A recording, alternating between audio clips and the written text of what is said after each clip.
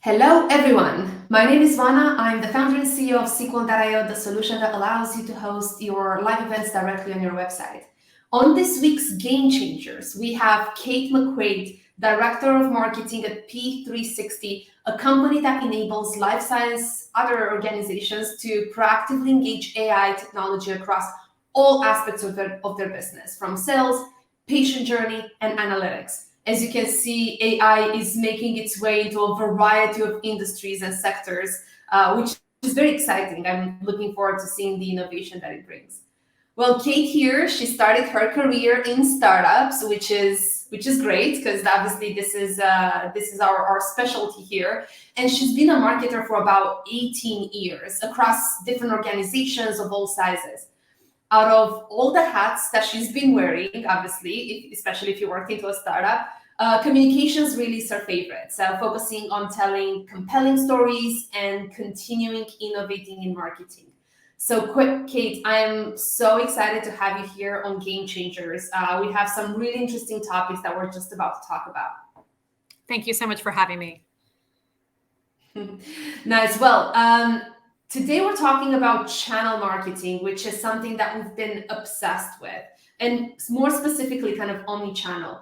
And I was just talking to my team yesterday as well, is, people have changed the way they're buying software, or anything for that matter, not just software. Like even if you think of like retail and clothes, it's changed because we have a lot more sources to do our research. We have a lot more platforms to experience the brand even before we actually get to look at the technology, to have a demo with a sales representative. How do you see this evolution from like omni-channel more kind of a dynamic channel approach? Sure. Well, Gartner actually put out a statistic that really resonated with me, which is that 87% of the customer sales journey, the buying journey, has already been completed by the time, 83% has already been completed by the time they speak with the sales team. So that means 17% of that buying journey is now reserved just for the sales team. That's their time to shine. That's what we've given them all the tools for. But that means that 87% of the time that a business is really selling their products is now falling on that marketing side. So really trying to reach out to that customer to meet where they are on that buying journey. It's not good enough to just have a website that's static being presented out there. And it's not good enough to post something once a week on a social media site anymore. You really need to have that dynamic channel marketing where you're meeting those customers on their buying journey so that they can get the information that they need. Because someone who comes to your website or watches a YouTube video that you've published for the first time needs different information about your company or your products than somebody who just starts going, 10 times a day over the last 3 weeks. That should tell you, it should trigger to you and your team that they're vetting your company, that they need more detailed information. And so that outreach to them should be more targeted for that sales cycle path that they're on, so that you can take them to that next level and then finally get them to that sales team for that last 17%. Wow, that's insane. 87%. I thought it would be high, but like not this high, which puts a lot of pressure on marketing, right? Making sure they have literally all your ducks in a row across all the platforms. And we've been going through this as well, like as we were planning marketing. It's like, we're going to do events and we're going to do this and we're going to do that. But we had to stop at some point and ask, well, let's map out the buying journey first and understand really where do we need to invest and make sure that every single step of the way, really they get that feeling and they're learning a little bit more in order for us to have a conversation with them. How do you see companies successfully create this personalized customer journey, buying journey at scale, right? Because we don't have resources to do it for every single customer. It's just not going to scale. But how do you kind of make that balance? Well, so that's the rub, right? Is trying to figure out what that looks like for your company. So someone who's selling t-shirts is going to have a different buying journey than somebody who's selling some data analytics software. Yeah. So that buyer journey is going to be short on one end and a much longer, more complicated on the other end. So when you used to be able to segment into people into personas, so somebody who's in marketing, you're going to talk to differently than in sales, and somebody who's in IT, you're going to have to break that down even further. So in those personas, you might have 3 tiers as an example. Someone who's coming to you for the first time, someone who you've met and it's been a while since you've touched that contact, and someone that that's much more warmer, that's been going to your site and vetting you. So having those 3 sub buckets underneath those personas is a really great and effective way to really outreach and have that, dynamic connection with them. You always think back to that old adage they used to tell you in sales that it takes 7 touches before somebody starts paying attention to you. So just because you post one thing on LinkedIn and you think it's amazing and you hit it out of the park with that graphic or that social post, it doesn't mean that everybody saw it. It doesn't mean that someone's going to remember it. You need 7 times to touch them on average just before they start saying, oh, hey, I remember Game Changers. This is going to be really informative. I want to go check them out.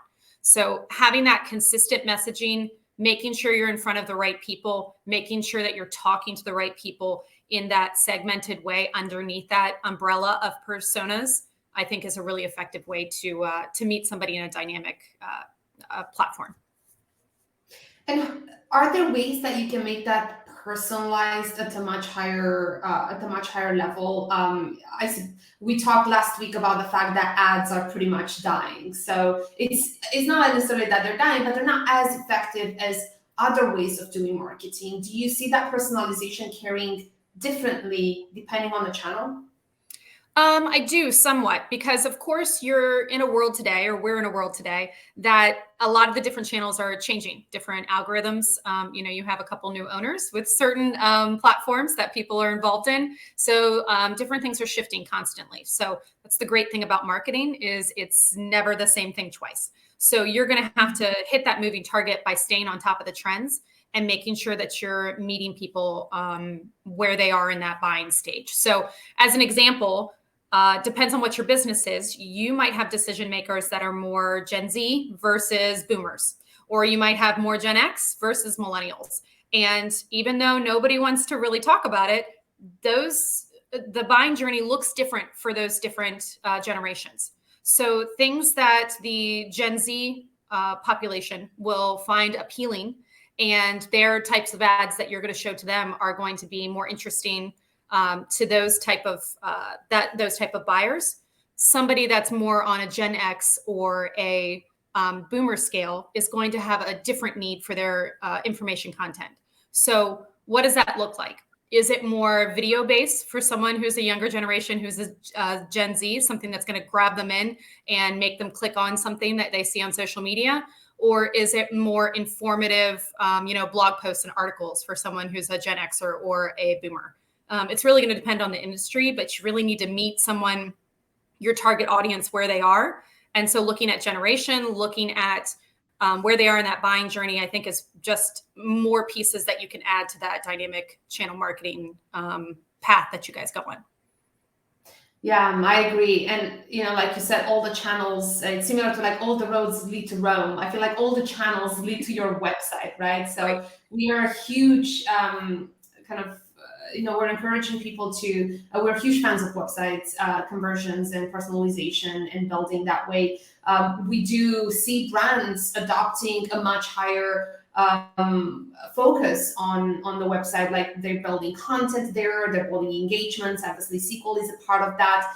In the past, websites to be informational. You would go, you learn what the company does, and then you probably would pick up the phone and call them. But with the rise of like PLG companies and e-commerce, where people are making buying decisions right on your website, and they're booking a demo right there, how do you see the website's role in delivering some of these custom experiences?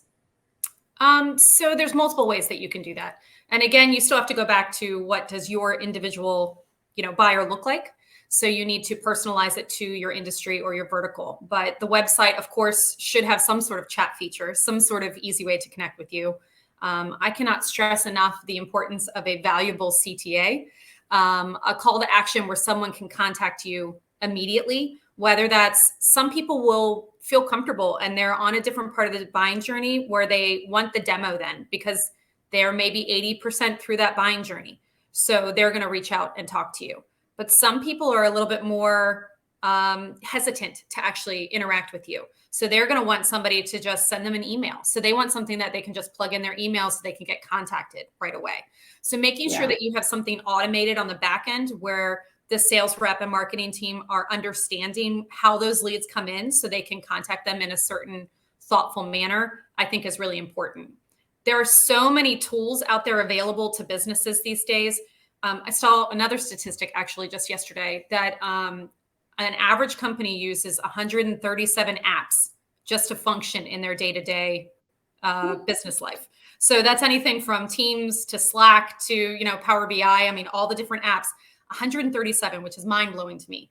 So out of all those apps for an average business, I find it hard to believe that you can't find one of them that can really work for you and drill down into how you're getting those leads, how to properly shuffle them to the right marketer or sales team to make a workflow that's going to work for your business to make sure that you meet them on that buying journey. It should be just a small tweak of how you can look at that data and how you can look at that analytics to really drill down and meet them where they are. What's your process internally for P360? How are you guys capturing all of that demand from the website and delivering it to different people in your team? Sure. So I'm very blessed at P360. They're very supportive, and I have an amazing team of marketers underneath me that helps look at those workflows really on a weekly basis and make sure that they're working through and filtering through to the right people. We have eyes on it from our marketing team and our sales team, as well as a company wide, to make sure that what worked yesterday is still working today and any adjustments that need to be made. So of course we have a CRM in the back end, and of course, one of our solutions that we sell actually has like analytics and forecasting with AI and machine learning. So we use all those tools together to be able to take that data that we're getting in from eyeballs on our site and on our different channels that we function in, and making sure that we can pull that data together and make proper decisions of how to market them and make sure that we're being dynamic and meeting them where they are. And are you segmenting? Are you sending different messages and different things depending on, kind of buyer persona, people that you're getting, like, or the size of the company or the type of the company, based on the companies that are coming to your website? Or do you have a more kind of general approach to capturing leads and communicating with them back? So both, or all of the above, I guess is the correct answer. So we internally do persona-based cadence emails. So that's, if we're targeting one certain platform and we want to talk to our technical roles, we're going to have a different cadence email that we send out to them, and different marketing that will go to them, as opposed to if we're talking to someone in compliance. So we handle that separately. But also internally on our sales team, we're really try to stay on top of not only, if there's an automated message that goes out, if they're already in our system, that will contact them, or having our sales team is really good at staying on top of making sure those leads come in and they have that personal touch point. Because at the end of the day, these people want to be treated like people. They don't want to be treated like numbers. So you need to have that dynamic approach and not take away that human element, because that's going to get you farther in that buyer journey that they're all on, is having that personal connection with them. Yeah, it all comes down to personalization, right? It's just personalization at scale. So building a system around it that allows you to do that in a much more scalable way, and that allows you to track it so that you understand like the business results and how kind of everything comes together. And I suppose that this is a team effort, right? Like you mentioned a few people in marketing. How do you get the rest of the organization to buy into the customer journey, from customer success to UX and UI? Like how does everything come together?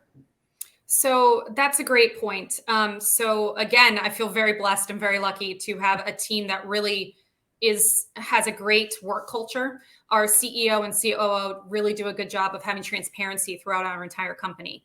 So we not only have town halls where we kind of talk about what's happening with the business, they really do share and celebrate any wins and successes and what's happening across the different departments, so that there's nothing like, oh, wow, we just got ABC plumbing. Nobody knew that was kind of coming down the pike. So everybody can hopefully have some visual aspect of what's going on with the company. Yeah. And I think that's really important because if you don't have visibility and you are in a department, like say you're in accounting and you don't know that the company is having these successes, then it could kind of put you in a blind spot and you're not really knowing what that work is, moving towards. But really, when you bring that company all together and you have that transparency, I think it makes for not only a better work environment for the employees, but also makes you more successful because you know that you're part of a team that's really working towards the same goals. That's nice. I think leading with transparency is so important nowadays. And I see that happening a lot more in tech organizations or all types of organizations, which is a good shift. And I do agree that sometimes you might think, at least from my perspective as a leader, sometimes I'm like, do other people care about this like small thing that happened? But it turns out they do because we're in it together, right? Like my engineering team cares about a customer that had an incredible like huge live event because they built for that. Customer success team supported that and they celebrated them. Sales team is excited because obviously they brought them in, so they're growing and they're flourishing. So everybody kind of comes together and they have their own perspectives and they like to feel like they're part of a bigger thing. And I think like you said, it's important for collaboration as well because nothing in the organization happens in a silo. Not one thing in marketing, not one thing even in engineering because they need feedback from sales and everything else. So it's a skill not only to market externally, but also to market internally to your team and get them to be part of the journey with you. So you actually hit on a great point, which I think is really cultivated and encouraged at P360, is the fact of collaboration. So I think having humility and knowing that you don't know everything is huge, and it's what keeps our company very agile and flexible. And I think it's something that I wish a lot more companies would adopt.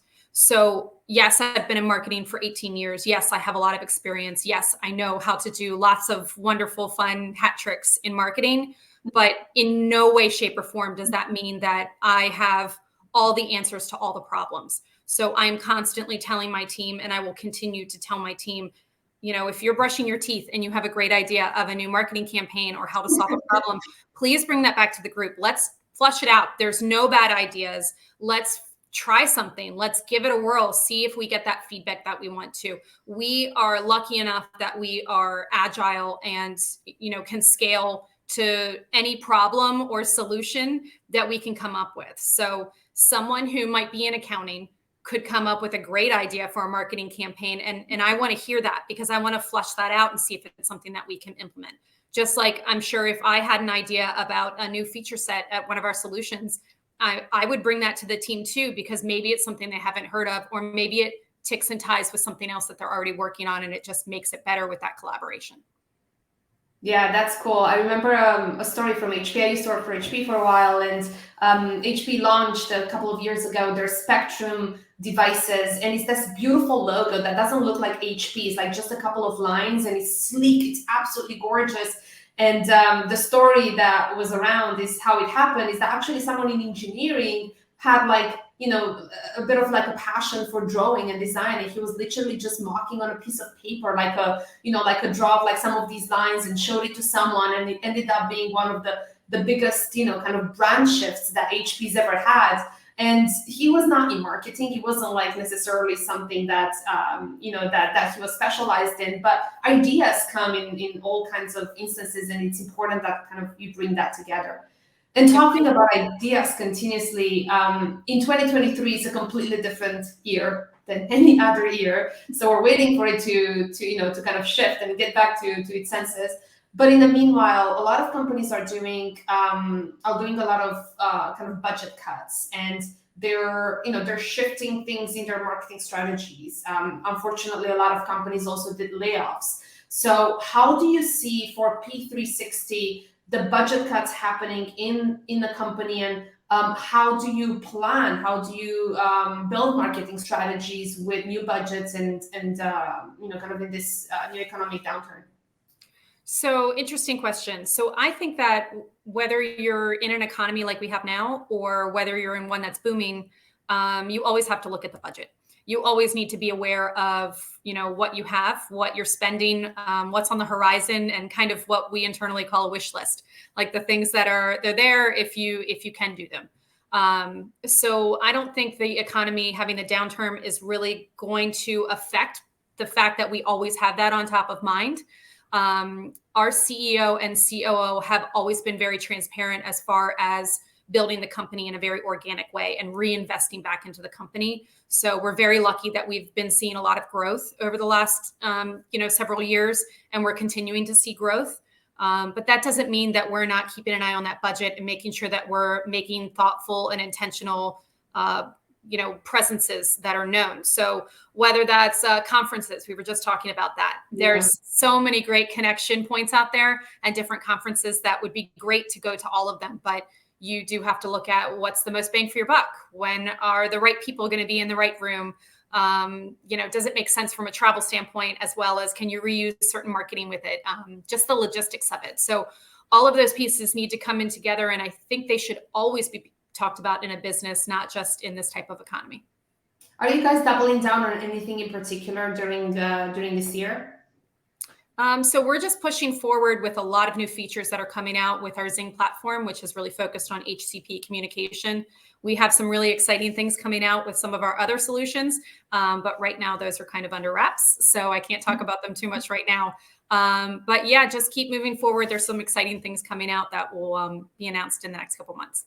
Exciting. And from a marketing perspective, what's the one strategy that you are working on right now that you're the most excited about? I guess the most strategic thing we're working on right now is that at the forefront to save time and to be agile. So we're in a very fortunate position that we are extremely scalable and agile to any company's needs. So I think sometimes when you're dealing with an 800-pound gorilla, they have some legacy platforms that make it a little harder to make some changes, and it can be a little more sluggish to move. And that's just the nature of a large, huge business. That sometimes you find yourself in. So for us to really kind of double down and reinvest in that idea of being agile and scalable and being open-minded to all of those different challenges that come our way is really what's going to put us ahead. Yeah, and I think that's kind of going hand in hand with having a great team and communicating well so you really understand the market needs and meeting them where they are. Kate, it's been so nice talking to you today. So many things that I learned from you, and it was great to have a discussion even before this session. And I'll finish it off with one last question. What do you feel is your marketing superpower? A marketing superpower is probably humility. I really think just understanding that no matter how much you learn, there's always more.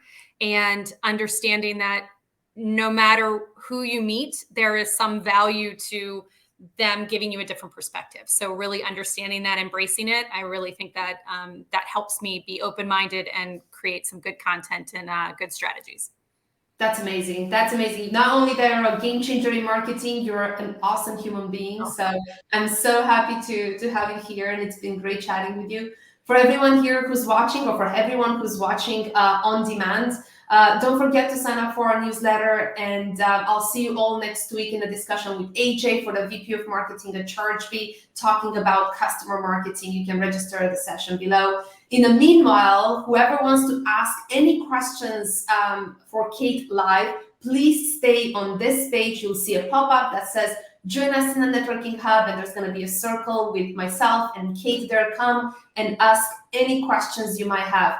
Kate, thank you again for being a game changer and for sharing everything with us today. I'll see you soon.